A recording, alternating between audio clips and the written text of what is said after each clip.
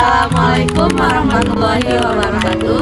Hai guys, kami dari kelompok 6 yang beranggotakan saya sendiri Siti Nurhaliza, Saya Safia Ramayani. saya Lorenza Marija Kalsum. Video kali ini kelompok kami akan membahas mengenai sistem reproduksi pria. Halo teman-teman, di video kali ini kami akan membahas materi mengenai anatomi fisiologi reproduksi pria. Fisiologi reproduksi pria adalah ilmu mempelajari bagaimana sistem reproduksi pria bekerja, mulai dari pembentukan sperma hingga proses ejakulasi. Dalam video ini, kami akan membahas struktur organ reproduksi pria, proses pembentukan sperma, peran hormon. Anatomi sistem reproduksi pria. Sistem reproduksi pria terdiri dari organ dalam dan organ luar. Yang pertama, organ luar. Penis berfungsi sebagai alat kopulasi dan pengeluaran sperma. Skrotum, kantung yang melindungi testis dan menjaga suhu optimal.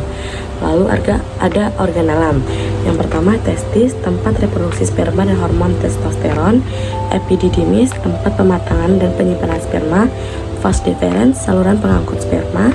Vesicula seminalis, menghasilkan cairan kaya fruktosa atau energi sperma. Lalu ada kelenjar prostat, menghasilkan cairan yang melindungi sperma. Kelenjar bulbouretal, menghasilkan cairan pelumas. Semua organ ini bekerja sama untuk menghasilkan dan menyalurkan sperma. Nah, spermatogenesis adalah proses pembentukan sperma yang terjadi di dalam testis, tepatnya di tubulus seminiferus. Proses ini berlangsung sekitar 64-74 hari dan terdiri dari beberapa tahap. Tahapannya yang pertama ada spermatogonium, yaitu sel induk sperma. Tahapan kedua, spermatosit primer, yaitu mengalami meiosis 1. Tahapan yang ketiga, spermatosit sekunder, yaitu mengalami meiosis 2. Tahapan selanjutnya ada spermatid, yaitu belum matang. Tahap selanjutnya yaitu tahapan kelima, spermatozoa, yaitu sperma matang yang siap membuahi. Nah, ada struktur sperma, yaitu terdiri dari kepala, itu berisi DNA. Kedua ada leher, di mana penghubung antara kepala dan ekor. Nah, yang ketiga yaitu ekor untuk pergerakan. Sperma yang terbentuk kemudian disimpan dan dimatangkan di epidermis. Nah, ada pula peran hormon. Proses reproduksi pria itu dikontrol oleh sistem hormon yang kompleks.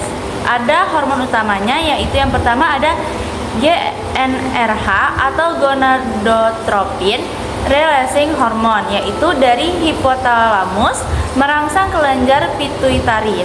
Yang kedua ada FSH atau follicle stimulating hormone, yaitu merangsang spermatogenesis. Lalu yang ketiga ada LH atau luteinizing hormone, yaitu merangsang sel Leydig menghasilkan testosteron, yaitu hormon utama pria, berfungsi untuk pembentukan sperma, perkembangan organ reproduksi, munculnya ciri kelamin sekunder seperti suara berat, rambut, dan lain-lainnya. Semua hormon ini bekerja melalui sistem yang disebut poros hipotalamus, hipofisis, gonad. Yang kelima, ada mekanisme ereksi. Ereksi merupakan proses di mana penis menjadi tegang akibat peningkatan aliran darah. Mekanismenya, rangsangan seksual yang terdiri dari visual, sentuhan, atau pikiran. Sistem saraf parasimpatis aktif, pembuluh darah penis melebar, darah mengisi jaringan erektil atau corpora cavernosa, penis menjadi ereksi. Proses ini melibatkan zat kimia seperti nitric oxide atau NO yang membantu relaksasi pembuluh darah. Yang keenam, ada proses ejakulasi. Ejakulasi adalah proses keluarnya sperma dari tubuh pria, terdiri dari dua tahap. Yang pertama, ada emisi. Sperma bergerak dari epididymis ke uretra. Cairan dari vesicula seminalis dan prostat bercampur. Yang kedua, ada ejakulasi. Otot berkontraksi, sperma keluar melalui penis. Proses ini dikontrol oleh sistem saraf simpatis.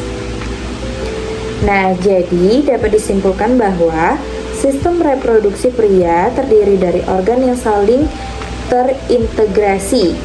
Spermatogenesis menghasilkan sperma melalui proses bertahap. Hormon memiliki peran penting dalam mengatur sistem ini. Ereksi dan ejakulasi merupakan bagian akhir dari fungsi reproduksi. Sekian penjelasan dari kami, semoga bermanfaat. Terima kasih sudah menonton.